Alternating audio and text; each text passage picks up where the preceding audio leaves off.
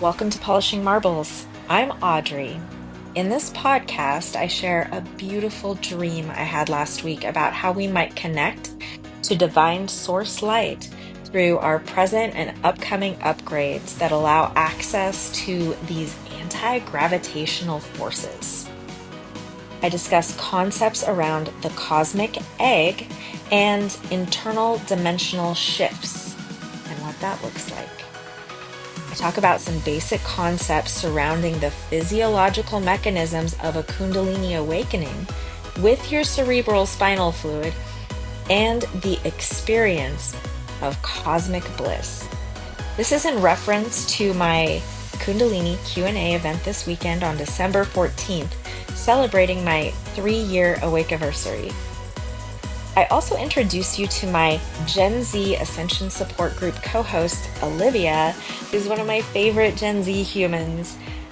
I will share my personal why with you about what inspired me to create this group. And lastly, I'll channel Osho to offer some divine guidance around all the solar activity calibrating in our bodies.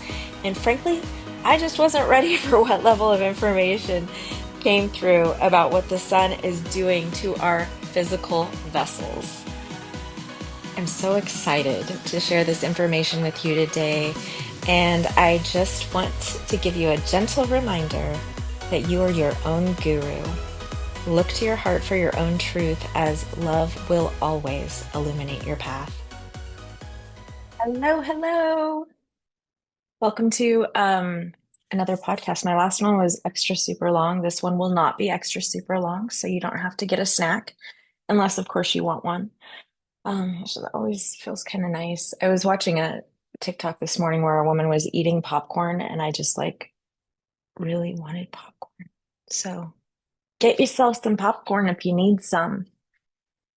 Today I'm going to talk about a few things. One is, sometimes how like things just like don't work and don't work and don't work. And then you're like, maybe I shouldn't do this since it's not working. Um, that absolutely happened with me this week. I had a dream last week.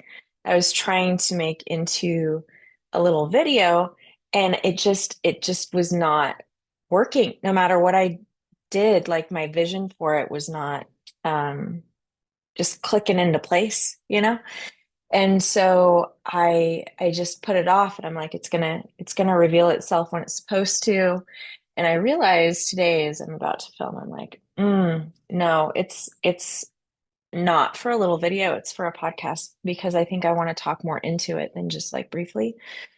But as always, I like not always, I didn't do this last time, but I would like to start with a card actually. And I didn't plan that ahead of time. So I'm gonna do two because I can't decide. And I hope that that's agreeable to everyone. What's great though is sometimes when I like see readers online, the perfect timing is always there. And so whatever is coming up is what you're supposed to see or hear for the day. And even though it's collective, it feels like, I don't know, it matters. It all matters. There's no mistakes. This comes from Kim Krans Tarot Pocket Deck. And I like it because tarot typically, after I think I said in the last one that I don't like tarot, um, as I read tarot.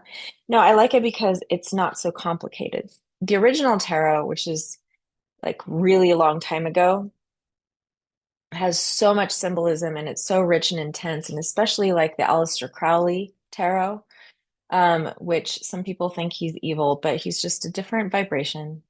He knew all the things. He's just a different frequency.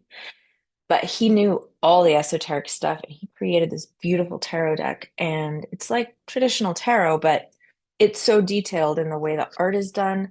And then you read his book about it, and it's just like your brain goes kind of crossed because it goes back to everything like Egypt. And you just need to like take a minute and breathe in between words. This is not that. This is like, boom, that's what it means. There you go. You don't have to think too hard. Today, that's what I feel like. Side note, I'm going to a place in town in Boise, that approached me last week to kind of meet, hang out, see if we can like energy exchange some stuff. And it's like a wellness center. And I get to go into a healing pod today. I'm so excited. I get to try that for the first time. So I'll be sure and share that with you. So I'm just going to keep things simple, knowing I'm going into a healing pod later. I don't know. I don't know what's going to happen. Certainly, I've been in a healing pod on the ethereal with the Arcturians for years, but like in this realm, which is so exciting. Okay, so little wild unknown pocket tarot. Tell me tell me what you want us to know today.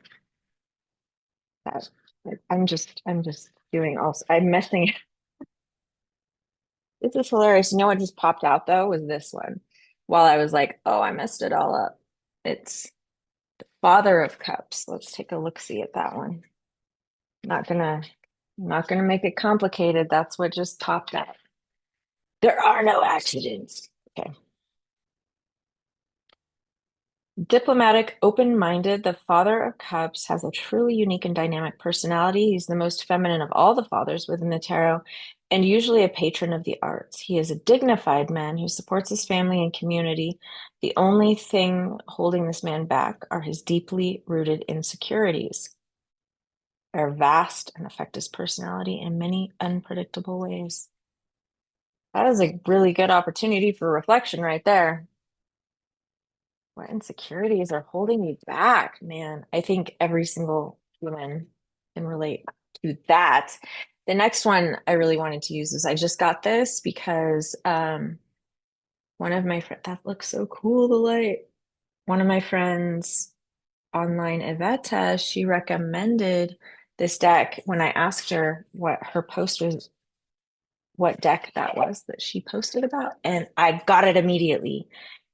And I have another Divine Masters deck, but it's an old one. And this one is got a Lemurian on the front, right? It's like, okay, this is too many. It's too many that fell. What's cool is after I got this deck, I got like a activation from it, and then I had a dream this week where the angel Sandalphon came to me, um, who is, I didn't know, because I'm not like a huge archangel genius. I work with Metatron and I work with Michael. That's kind of it. And so Sandalphon is in this book with Metatron, which makes sense. And is like an archangel associated with music and frequencies and vibrations, which tracks. It just tracks because how cool is that? How cool is that? I just don't know when a card's going to come up. I'm just going to split it and see what comes up. Lady Nada. Oh, this makes sense. I love Lady Nada. She's in my other deck too. I just like the how she looks like a sunset. It's just so yummy. And it's a heart opening. It's a heart opening. Expanded heart, openness, liberation, let yourself love and be loved. Yes. I was in the Dragon Temple last weekend. My friend Natalia runs and also with my friend Alex, we were doing some guided channeling there for the group, and it was all about heart opening and heart expanding, and there was like a crystalline upgrade, and I was taking people into the like microscopic and looking into their like their actual hearts, and of course Natalia was bringing in also with the Sophia dragon energy. It was amazing. So that wasn't awful. Not at all. It wasn't awful. It was great. It was amazing. Lady Nada. Lady Portia. That's not Lady Nada. There she is. Lady Nada is an embodiment of divine love. She is one of the leaders of the Karmic Board and a member of the Council of Light and is dedicated to bring Christ consciousness to Earth. In the Orosoma healing system, Lady Nada's Bottle is the divine counterpart to Christ. Her mission is to help the human race embody divine love. Lady Nada is an aspect of Mary Magdalene. Well, that really tracks, doesn't it? It really does. Mhm. Some believe she's Mary's higher self who helped her tap into her teacher within. Lady Nada has many incarnations and was one of the high priestesses of Atlantis. That also tracks. Okay. Mhm. Those drawn to her on her mission are likely to have had incarnations in Atlantis or similar ancient civilizations. When Lady Nada comes to you, your heart is ready to expand. It is opening wide for you to experience and embody divine love. This is a powerful opportunity to heal from past traumas regarding relationships and emotional letdowns. The journey of self respect that you have been on is leading to a genuine experience of self love and self acceptance. This, in turn, will lead to a feeling of liberation. Within you is great love, a love that is eternal and therefore will never die. Know that this is a mighty love, and it's now time to share it without fear. I feel this was perfect timing for a lot of people to hear this. I really, really do. And again, it's so pretty. Isn't it pretty? Oh my gosh. Fun fact, maybe fun. I like after my Kundalini awakening, it'll be 3 years on the 13th of this month, the anniversary of that. But probably it was probably a couple months into that, couple months in. I was like channeling immediately and seeing in my third eye all these images of beings. And it was really helpful for me actually to have my other Divine Masters deck because I didn't know a lot of masters or guides. And so I'd look at them and be like, who are these? And then I would see someone that looked like that in my third eye, and I'd be like, oh, that must be so and so. Well, Lady Nada came to me because I was getting like this overwhelming experience of the colors of sunsets. Tracks, right? And in my third eye, I kept waking up or or in my lucidity would experience like the blooming of flowers with that sunset kind of palette. And I'm like, oh my God, it's Lady Nada. And that was before I had worked with the Sisterhood of the Rose or any of that stuff, or even knew what Atlantis was. So now it's all coming together backwards because that's how things work for me. Okay. So with that all in mind, I'm gonna tell you about my dream. Oh my gosh, this dream was so vivid. It woke me up. And oftentimes when I have a really meaningful dream like that, I can't actually go back to sleep until after I've like typed it out on my phone. And so I'm gonna share it with you and I'm gonna read it verbatim. So in the dream, I saw myself face to face with a tree trunk. My body became really small, like I was an elemental, a fairy or something. Then I was tapping that tree for sap. I saw the internal mechanism of the tree's life force, like X-ray vision as it moved up through its trunk, like glowing golden light. Then I remembered a friend of mine years ago always talked about this mechanism in trees of anti-gravity. That seemed important. As I tapped this golden light sap, it wasn't syrup anymore. It was liquid gold that was pouring all over me. I realized this was the connection to Source itself. And then I saw apples.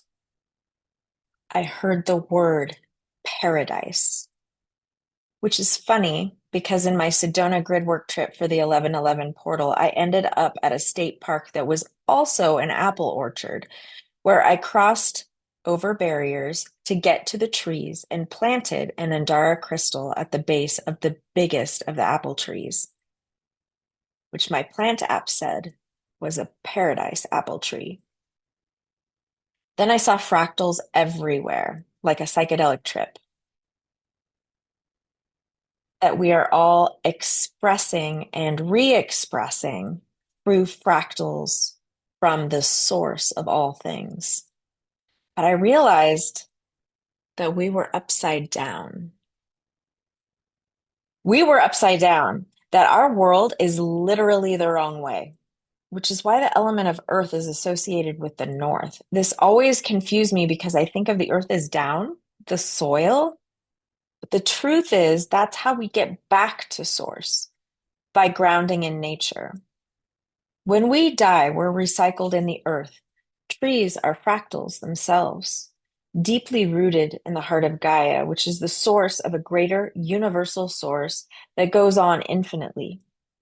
So I realized in this Alice in Wonderland world, where up is down and down is up, in order to get back to our source, to our paradise, we must connect to this light, the beating heart of Gaia that will lead us back to our origin, to our source, to this golden sap of eternal life, to paradise. That was my dream. And what's interesting is I was listening to one of my good friends has been following this woman named Addie spiritually, like a spiritual teacher for over 20 years. And her YouTube channel is called Green Terra Guru. And she has a relationship. Her primary spiritual guide is Yogananda. And I listened to some of her transmissions because she's very tapped in and she works with the Hopi people and she's been a huge part in anchoring in divine light consciousness on the planet into like this the divine blueprint, bring things back to the original blueprint. And I was listening to her last transmission this morning, and then I realized why I had waited to share this dream, because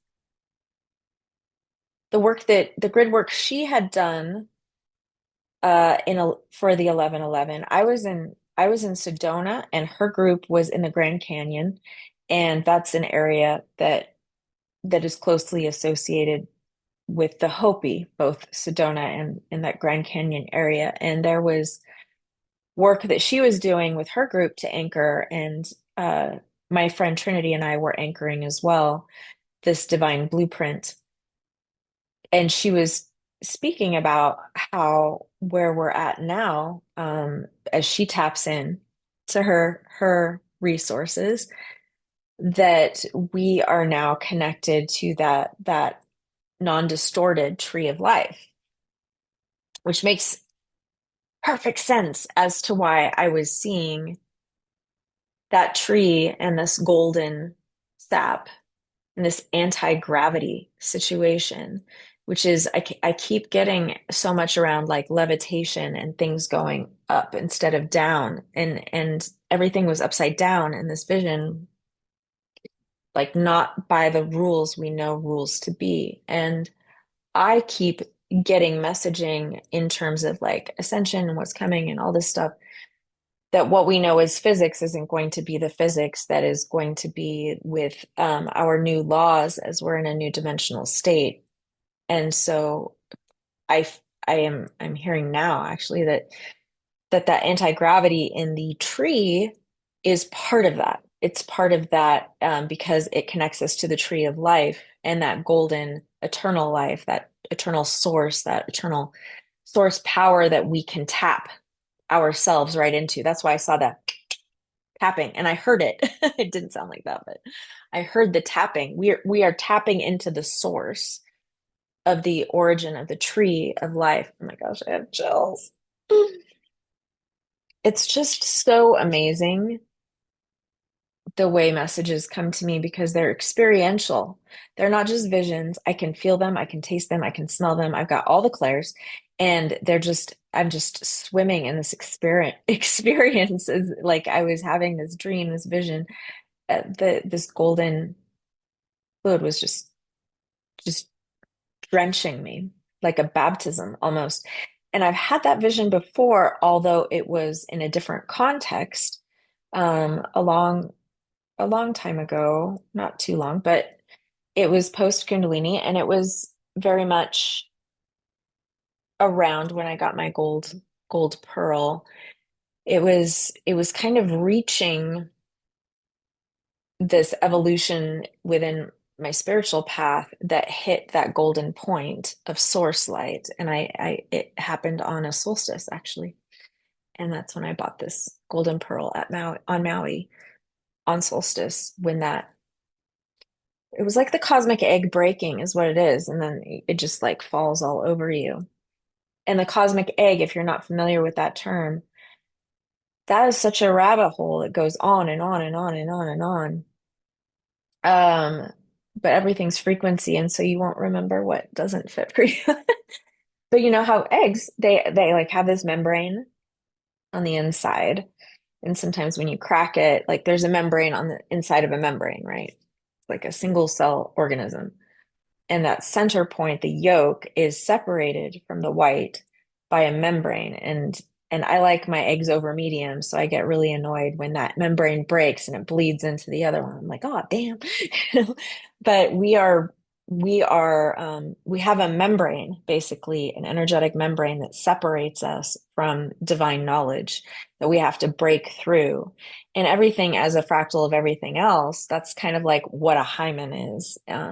As I'm sure you know, that is it you break into a new dimension of your own reality as a female when your hymen is broken in the act of whatever caused the hymen to break. Brings you into a new knowledge that you didn't have before. And the cosmic egg is that, but to connect to source, it's breaking that membrane. And every dimension I've experienced a new breaking of a membrane, basically. Sometimes I've actually experienced it like Mighty Mouse plowing through membranes going da, da, da, da. And then when I made it to the 12th dimension one day, I felt like the tension of the membrane and busting through and heat and like air. It was wild experiences I have, but the cosmic egg is when you're basically like your chakra system. It just like you make it all the way up here and the lotus opens up and you have access to divine source knowledge that way. That's really the cosmic egg. So with that in mind, I thought I'd segue from that vision. I'm curious about your thoughts of that vision and what comes up for you because we all have our own perspective of how something speaks to us when we hear it and how it applies. So I'd love to hear what you think.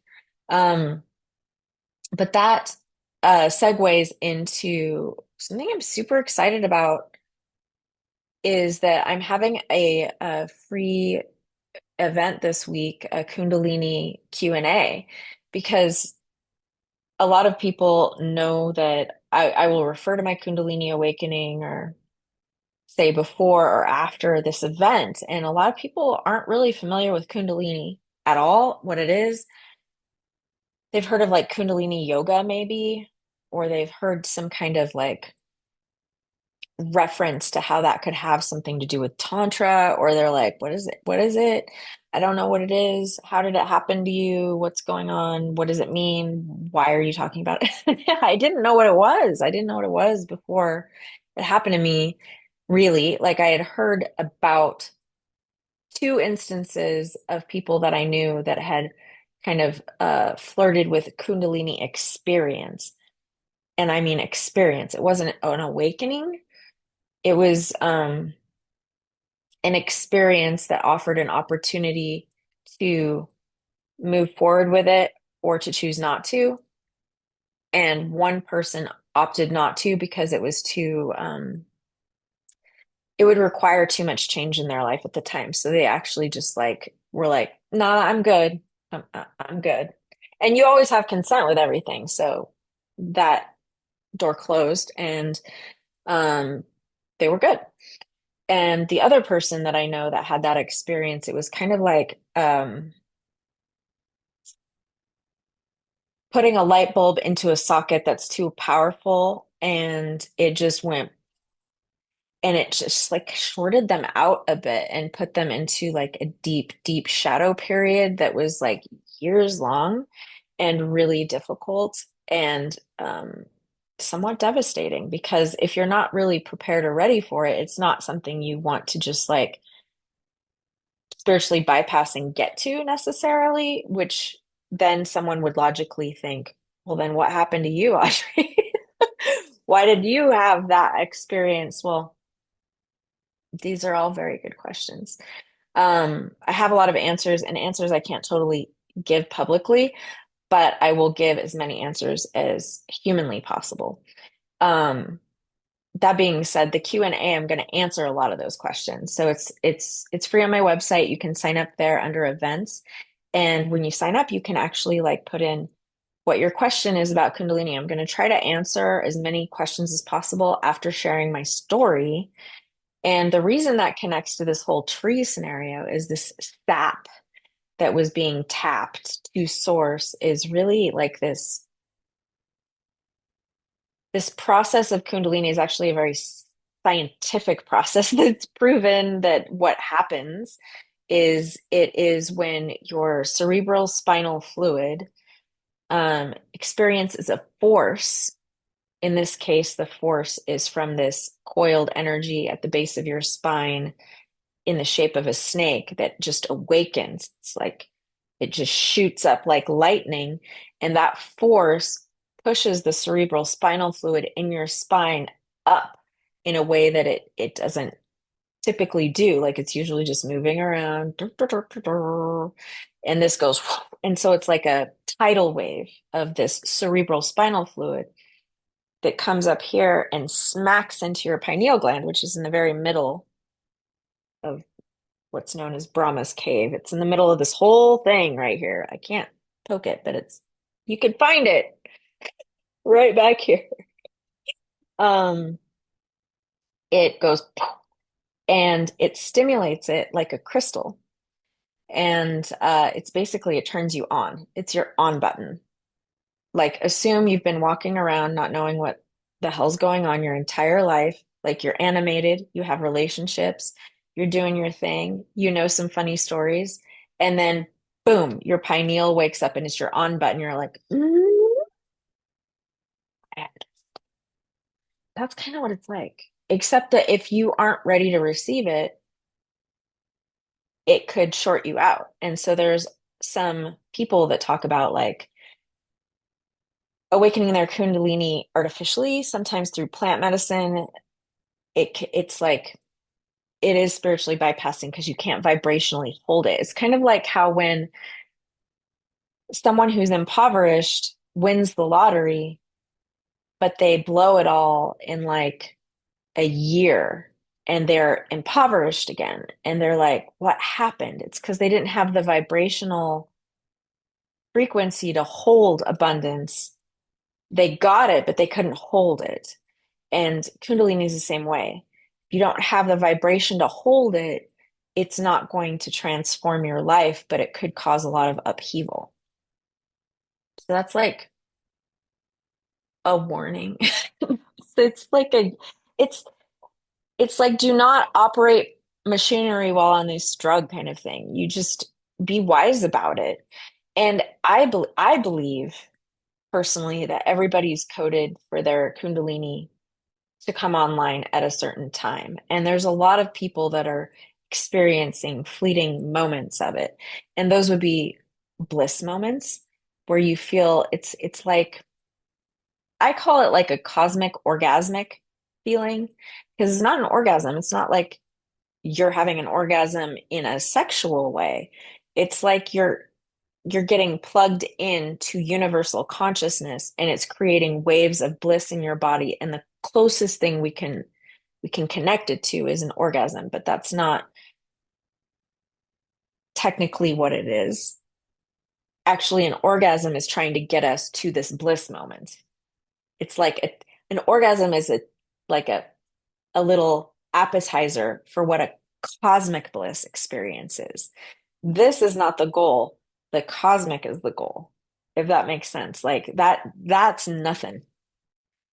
So if you're interested in learning more after I like sell it through that, um, that event is going to be the day after.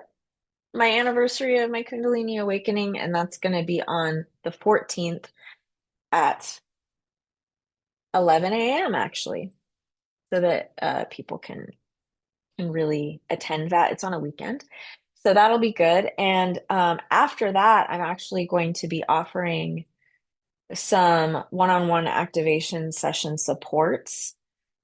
So what that would include and will include is it's going to be a 90-minute one-on-one session, but when you do that session, you also get several like videos that you can rewatch that are kind of support mechanisms to like re-anchor in that energy. Part of it is like some tips on how to like create space for that to grow in your life that I found kind of backwards, like diet, sleep, and things like that. And then there's going to be a resource list, and then also like an activation that you can rewatch. And so that's going to be an offering afterward, after the Q&A. And I'm really excited about that because the modality for it is a reverse engineering Kundalini awakening, basically. There are a couple different ways to do that. One is going to be a group of friends and myself. We're looking at creating something potentially around the new year to be able to do as like a group activation. And this is going to be just like a one-on-one where I can activate. And I've done this before accidentally with one of my channeling clients, and I have done it vibrationally with about 13 people just in my proximity. So I'm excited to do it a little bit more structured. And so that's something to look forward to after the Q&A. Um, but before that, on Thursday, I'm doing a Yule event, which I'm actually really excited for because Yule, I have never been prepared for Yule this early. It always sneaks up on me. And I've only celebrated it for a couple of years, and Yule is really the celebration of and really the acknowledgement of the winter solstice, the the transformative period of this part of the year in North America anyway, where we are in this dark, cold, desolate space that we're in, and then we shift back to light, and it's really honoring that transition. We've been in the dark, and this is us going into the light, and it's honoring that, and it's also observing that for ourselves, and it's also consciously releasing what doesn't serve through the burning of the Yule log while inviting in what we wish for the coming light. And then also the feasting is fun. I like the feasting. So there's like usually a roast feast, some kind of roasted root vegetable. There's lots of dried fruits and nuts in treats. There can be themes around like the sun and stars and bringing back the light orange flavored things because of the sun element and making lots of crafts. And I'm going to be doing like a guided meditation to like find your light, to pull it out of the darkness. And it's going to be really cool. I'm pretty excited about it. So, all that in mind brings me to this last portion of just like stuff before I do a channel, which is around this other thing I've been asked to start. And I'm gonna kind of shift it a little bit to a more serious topic, not like serious like world domination, manipulation, and like siphoning of fear like I did in my last podcast, but more like serious as in it's kind of a bummer. I have some friends in my life that I've had for a very long time, which as more time goes by, I realize that that's a testament to one one personally to know that they are lovable. I'm going to say that. I'm glad that I have people in my life that find me lovable. I also find them lovable. And it's really a gift to have known someone for a very long time. I have quite a few of these friends where we got to be in the maiden era of our life, and we're moving through like this mother crone precipice. area now. So we've been able to see in each other these transformative opportunities and the fun and strange choices we have made regarding love or like career or um our kids playing together, things like that. And this particular friend of mine, we worked together waiting tables. We worked together waiting tables again at a different place. And we also worked together in hospice. Like we've known each other for a long time. And she's very, very dear to my heart. I love her tremendously.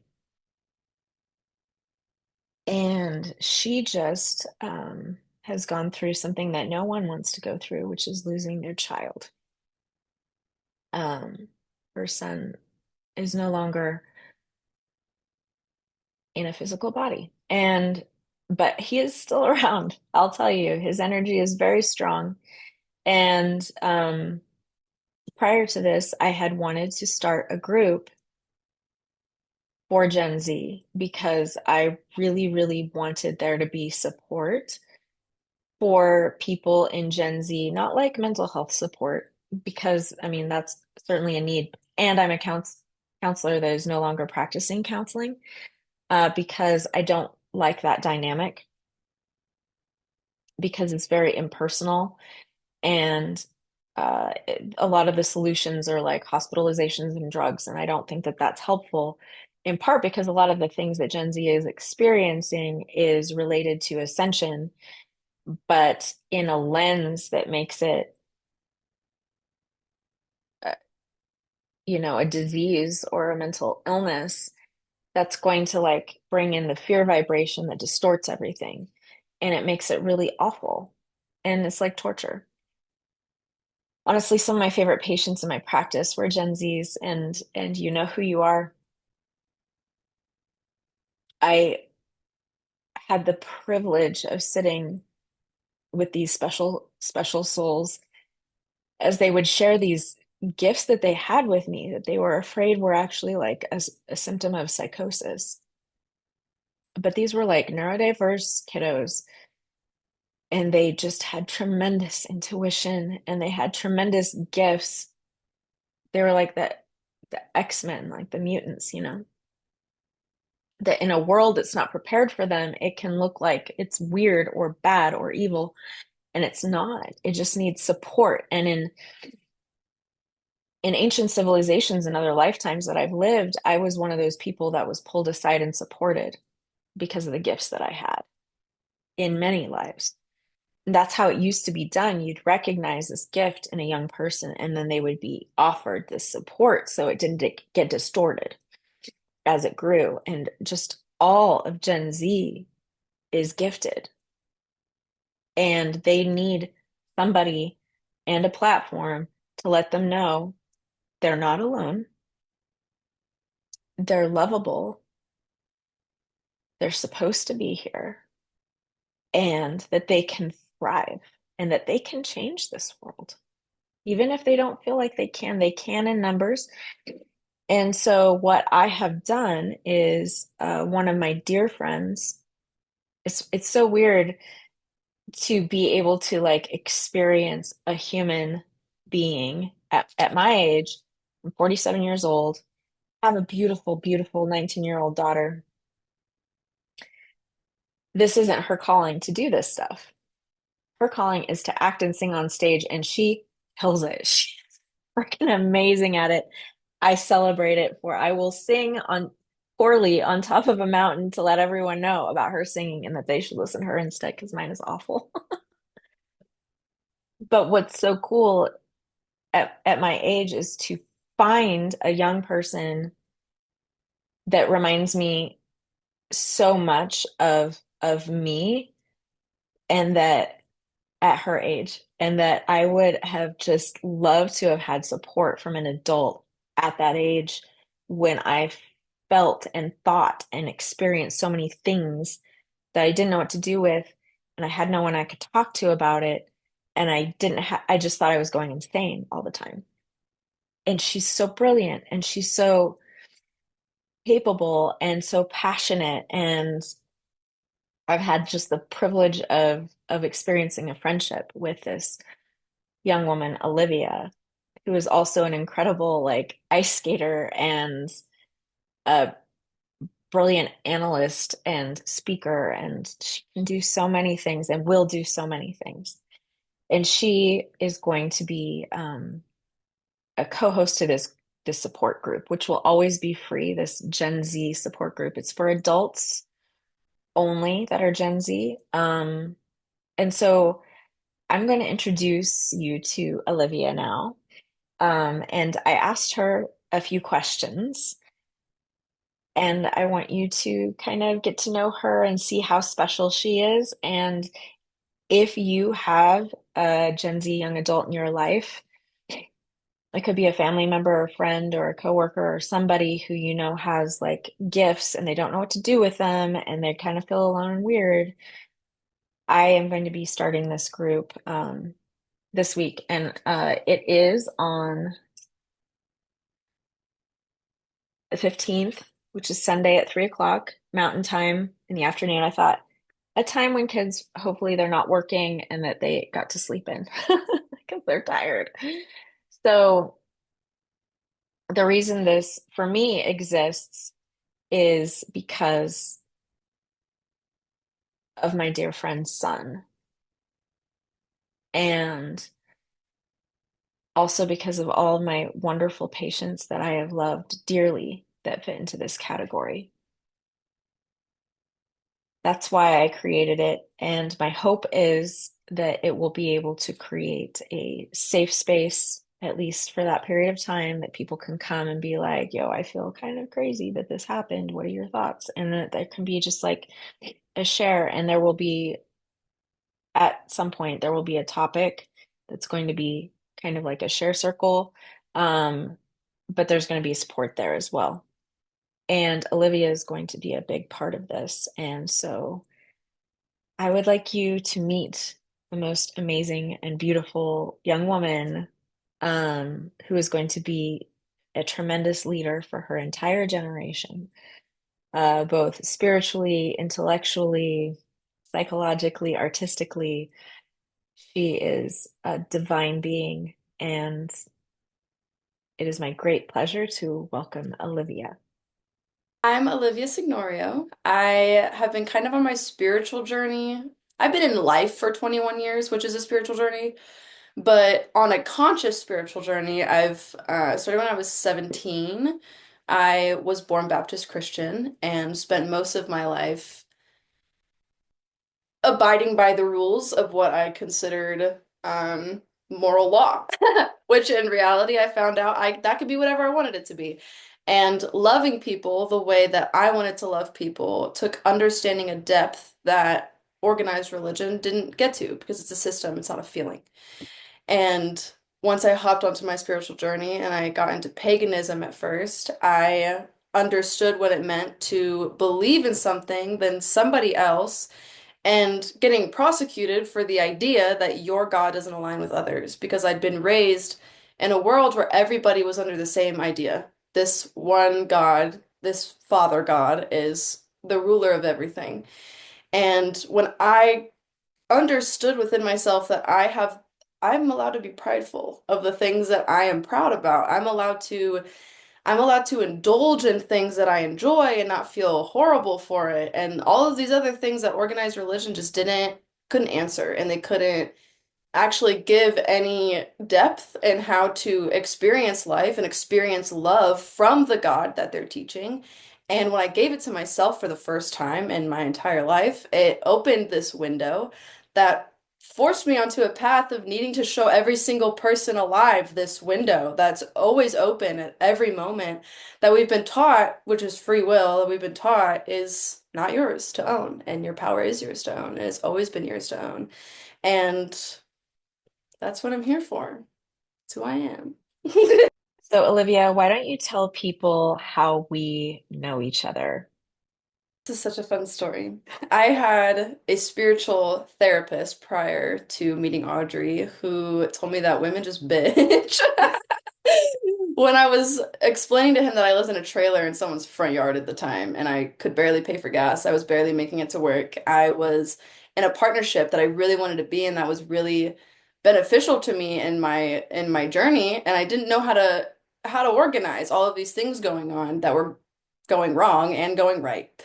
And I was just a woman bitching. And so then I had to leave him, and I there was an energetic shift within me that I needed true guidance when it came towards my spiritual journey and just life and how I viewed life. I was a very inquisitive person, and then Audrey came wandering into my coffee shop that I worked at.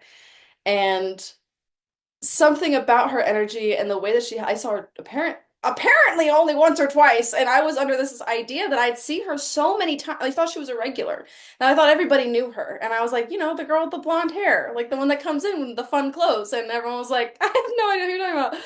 And it just rang to me like, oh, this person's energy is so fun and welcoming. Let me tell her, because what else am I gonna do? And so I tell her, and she was like, oh, I hope so. I'm a therapist. I was like, oh my God, that's so crazy. And so I told her, I was like, oh, I don't know if if you're looking for clients to pick up off the side of the street, but I could be one of those clients. I also have a partner who would love therapy as well. And it kind of landed in both of our laps that we were destined to meet each other. And from that moment forward, we gained a relationship. I opened up a lot of my brain. I was able to like reconcile a lot of ideas that I've been having and feelings I've been having. And it just, our relationship evolved. And my partner ended up taking care of her parents in a nursing home. He was very good at his job. And there was a sense of relief that she got. There was a sense of relief that we got, that he got to partake in something very meaningful to him and something very meaningful to me. And our relationship has blossomed since then. Everything happens, and there's just one magical thing after the other, one magical thing after the other. Weird synchronicities, weird experiences that it would have been silly to not accept what was right in front of us. That we needed to at some point either work together or collaborate on something or just share ideas, whether that be for our own personal journeys. It had to come together. I'm really glad that it's like staying there.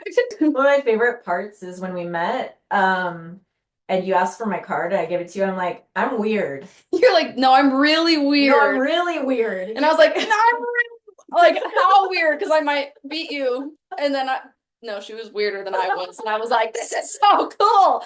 I've never had competition before.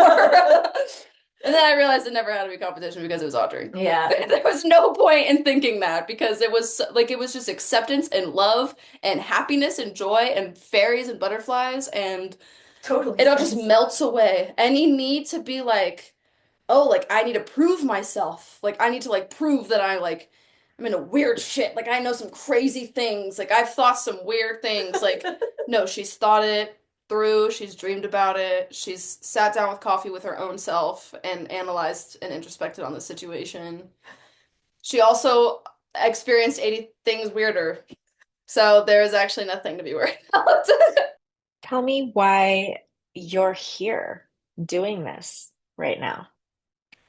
Why I'm here, I am of the generation that is the making of our world. That no matter like that's gonna change. I'm gonna become Audrey's age. I'm gonna become somebody who is now looking at the next generation going, like, how can we help you?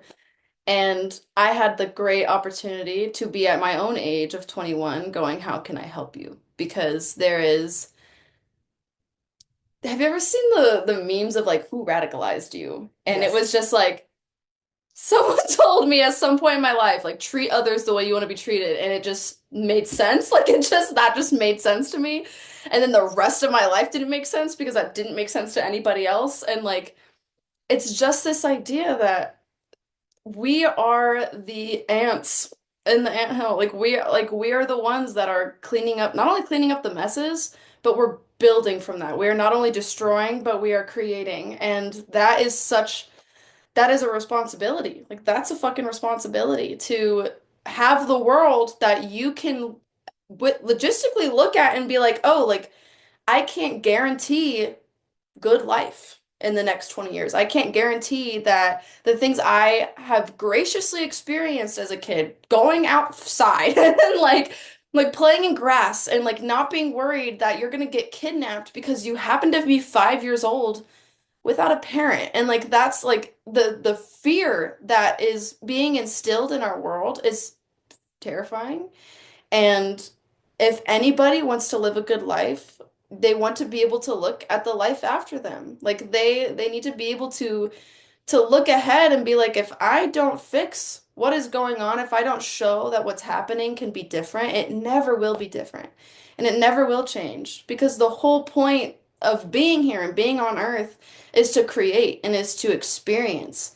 And if you have the option of experiencing good things, we got to put systems in place to make that happen because the systems in place currently are not there for that. The systems in place are there to benefit people, not everybody. And if we cared about our collective consciousness, if we cared about our families after us, even if you never plan on having kids, the world is gonna spin around. And if you start to like recognize, like, oh, I want to live a happy life, I want to enjoy my surroundings, I want to feel safe on my planet, and I want to feel safe in my city, and I want to feel safe in my home, how do I plan on doing that? What actions am I gonna take for that in my own life? And it doesn't just happen on a microcosmic scale. It happens everywhere. It happens all over the globe, and it happens in such a slow manner that you think it's only your life getting affected, when in reality it's everybody's. And when you start caring about everybody's, you start realizing that your own life gets turned around. It's the law of the universe. It's how energy works. And once you harness it and you learn that you can, and you learn you have free will, and you learn that actually every system in place doesn't have to be there. It is there, and we have to abide by certain rules, but we do not have to agree, and we do not have to stand in those rules, and we do not have to sit back and wait for those rules to change because our generation are the people who change the rules. What is your vision for this group? I would say the how do I even want to put it? The energy in a room when you're able to walk into it and somebody's fought and like, or you just got home from school and your parents were fighting and you could feel it in the living room that like they were gone in an argument. There is energy like that that is held everywhere, no matter what you do. And it could be perceived as something like, oh, there was somebody, that just fought in this room, or like, oh, there was good things, people were laughing, and I can tell, like I can feel this energy there. When you have a group of people who feel empowered, and you have a group of especially younger people, because they are powerful. Like there is a childlike spark that even if you don't feel it, it's still there. That like you are at an age that like you can tap into it so fast.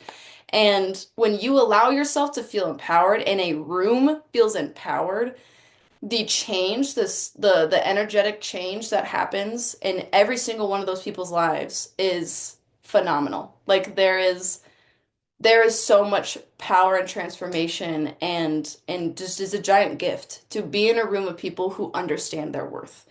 And if you have a group of people who understand their worth and they've done the work to be like, oh, I deserve this value, like I am valuable, like intrinsically I am valuable, you go out and you share that light, you share the good news, and you are a disciple of your own goodwill. And you share people the good news that they are love and light. And if they choose to be love and light and they choose authenticity and they choose all these things, next thing you know, you have a generation of people sharing to generations of people how to live in a way that you feel love, in a way that we have scriptures after scripture. We have 3,000 translations of the Bible explaining to you how to love. And yet, every single person on this planet can, at some point in their life, testify that they've not felt that. They didn't know how.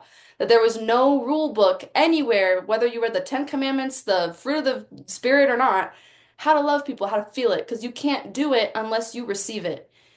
And you have to give it to yourself. And when you are in a room full of people giving it to themselves and they go out into the world, like the world starts to feel it. And it's undeniable change and it's loud and warm. And it is something that is the most, I personally think that's the most beautiful thing in the world is to be able to have a group of people who at any moment could to make any decision, and the decisions they choose to make as a group of people is to lift up every single person around them.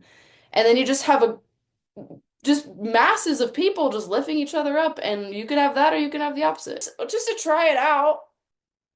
And lastly, what would your long-term vision for your generation be? My vision for Gen Z, there is there is a power in going out no matter where you go. It can be school, it can be the mall, it can be the grocery store, it can be the library, it can be a dog park. And this impending doom that you feel of, I don't know who I'm going to interact with. I don't know how they're going to perceive me. I don't know if I'm going to say the right things. I don't know if I'm going to be, if I'm going to show up the right way. Like, are people going to care for my existence? And those feelings that are instilled so deeply into everybody, and why social anxiety is so high, especially in the younger generations, why being perceived wrong is such a scary and limiting belief to have. When that no longer is your default, and you get ready for the day and you haven't done your hair and you haven't washed your face and you're wearing clothes that make you feel comfortable, you don't have this feeling that you aren't performing well. That this instilled, what some people might call the male gaze, what some people even like, the idea like Santa Claus watching you, and like if you're naughty or nice, like this inward perspective of themselves that they only look at through the perspective of other people. Like, you're not looking at yourself, you're looking at other people. And when my goal, at least for this generation, and hopefully the what can boost from this support group, is walking out into the world and knowing that you, no matter who you show up as, what you show up as, you are loved and you are cared for and you are accepted. And it comes from a place of knowing that you can accept other people, and life begins to kind of fall into your hands of like, okay, what do I choose to do with my life? What do I choose to do with these experiences that I'm having? And you feel powerful, and there is a love that can be shown. And if there was any goal at all, it would just be to have these next generations default know that they're loved. Like, default know that like you innately aren't a sinful person. You aren't bad, you aren't guilty, you aren't shameful, you aren't disgusting. You're not somebody who needs to hide. You're not somebody who needs to take up as little space as possible. In fact, the more space you take up, great. Let's keep making more room for people. Let's keep making more room for the people who have something to say, because when you have something to say and you mean it, like, it's coming from a place of love, and it's coming from a place of, I need to speak my truth. And when everybody wants to speak their truth, everybody will start understanding the value in listening to other people's truths. And it just creates a cycle of love and happiness. And it seems so far-fetched when you don't recognize that it starts with you and you think that it needs to come from an outside source. So if I had a goal, it would be default, everybody knows that they are innately beautiful and loved and sacred, because that energy is creation and we want to create. I hope that you were able to get that little taste of this vibrant spirit um, through my introduction with Olivia here, and know that she's going to be with me at my side during the Gen Z support group. So I hope if any of those resonate with you, those offerings, that you can sign up on my website under events. And lastly, I am going to do a quick channel with my guide, Osho. This crystal has just been living in my left hand this week. It's a golden Lemurian quartz, and I got it at this beautiful metaphysical store in Salt Lake. It's, oh my gosh, I love you. The vibes are very good. What's so funny is when there's a whole display of golden Lemurian quartz, and I wanted one, and I went for one, and my daughter was with me, and she's like, "That's not the one you're gonna pick." There were like so many of them. And then I ended up picking up this one. She's like, "Yep, that's the one you're gonna pick." She just knew. It was funny. Okay. All right, Osho. Suddenly my jaw hurts. What is that?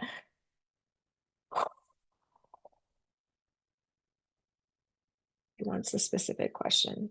What would be the best guidance for people at this time during a period of great solar activity and a physiological recalibration? Like what would be helpful for people right now? I can do that. Kurdimat ka žvini vaitėjo rukutėjo čiūna matahot kietė mon kurudima deiskia tutkota harretin kushtikiana. He's saying he hopes that you notice the irony of the darkest time of year is offering the greatest solar activity thus far. As we are in the solar maximum, this is a really important stage that we're experiencing right now. And part of it is that because we are in a period of darkness, that although people are continuing to work and go about their normal routines to the best of their ability, they are being forced into more introspection as the darkness and cold are keeping many people limited in their ability to go out and commune with others outdoors, recreationally. There is a feeling of going into a womb space, and it is really important to be in that space of stillness in order to receive the codes that are being emitted from the sun. Stillness, what does that mean?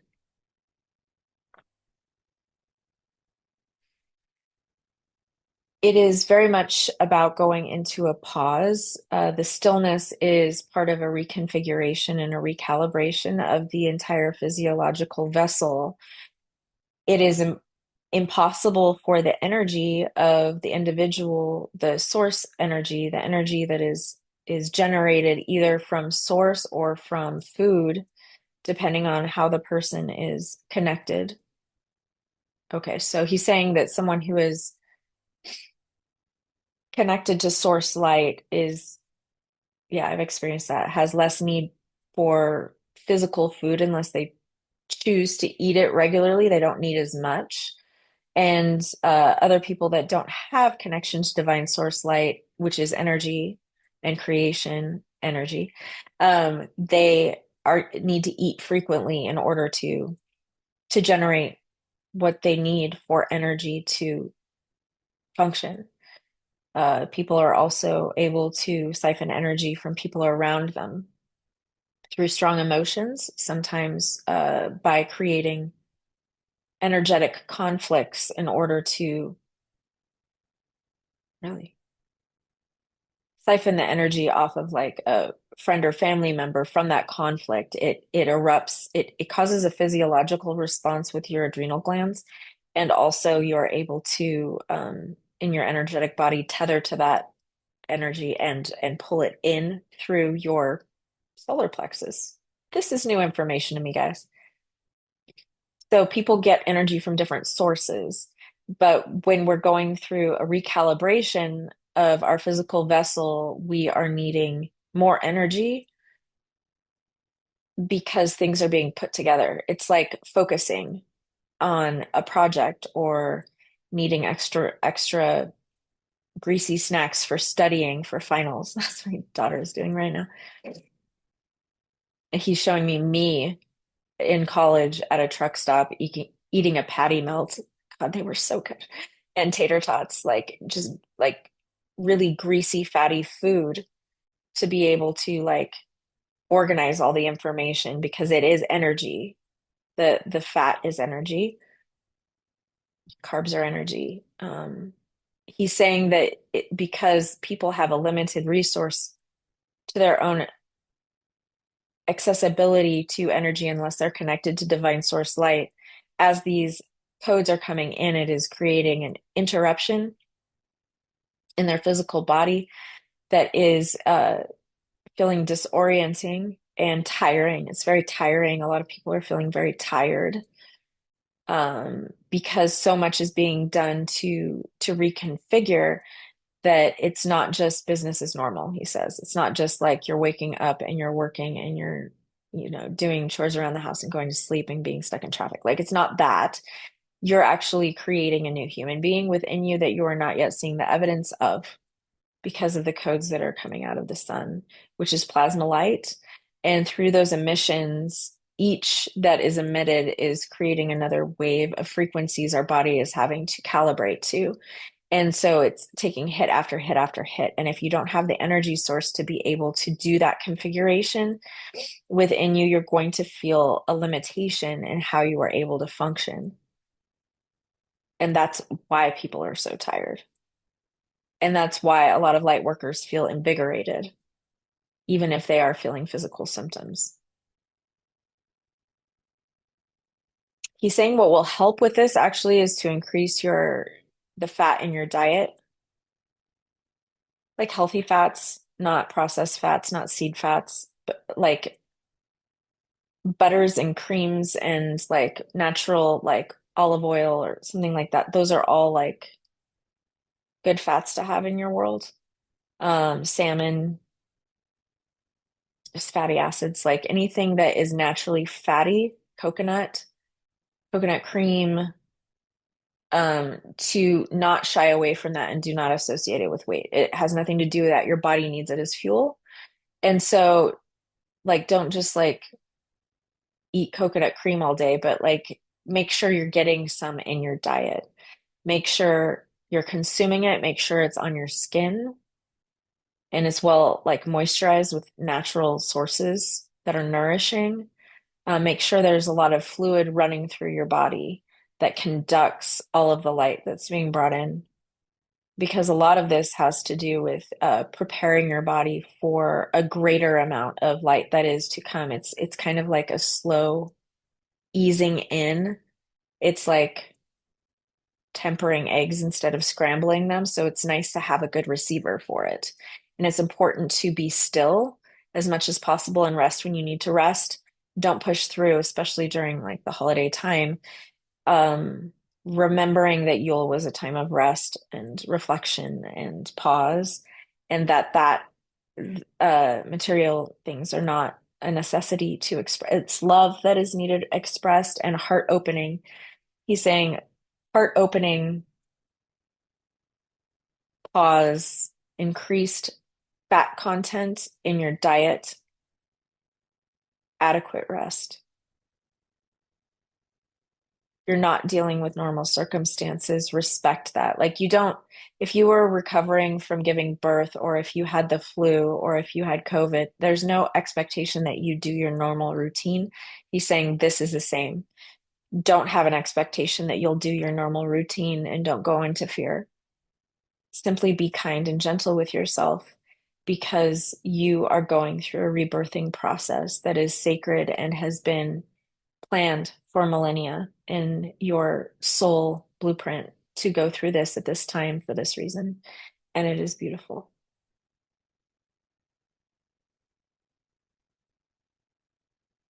I didn't expect for any of that to happen. Thank you, Osho. The things I have seen in my third eye just now. Oh my God. That was beautiful. That was so beautiful. Thank you, Osho. Thank you, thank you, thank you. And thanks to you for listening. I hope you got something incredible out of that. I know I did. Um, it makes sense with like pulling Lady Nada with the open heart and also the Father of Cups to not be like drowned in the insecurity and fear, but to create and to like live in that creation space, that womb space. Wow, I'm kind of buzzing actually. Like I'm discombobulated. I'm really, this must be like this gold in the tree that we're tapping into. Like we're getting ready to tap into that divine source light in the tree of life. And we are changing over our energy source is what it feels like. We're going to be connected to divine source light instead of really at the mercy of what we're able to consume from food or other people that are not food. Let's be clear. I'm not talking about cannibalism. Oh my God. Okay. This is usually the time when my brain gets mushy and I need to stop talking.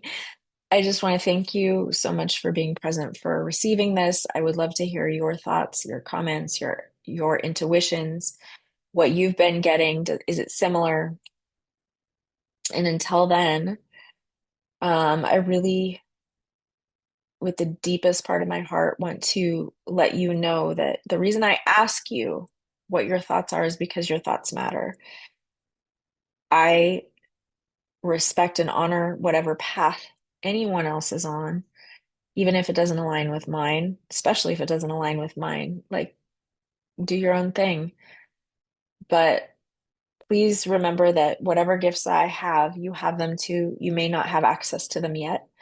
And you will know truth when it is spoken to you. And always look inside of yourself to see what is true for you before asking someone else, because you're your own guru. You always have been.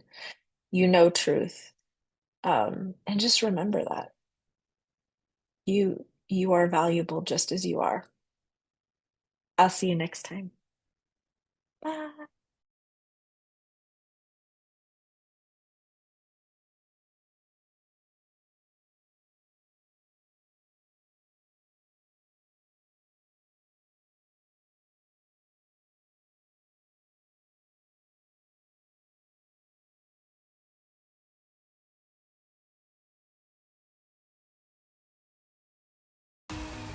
Thank you so much for joining me today. I would love it if you could like and share this with someone who would benefit from it, because we are in an ascension, baby. And the more people can hear this kind of content, the better. I look forward to talking to you next time. And until then, remember, you are your own guru.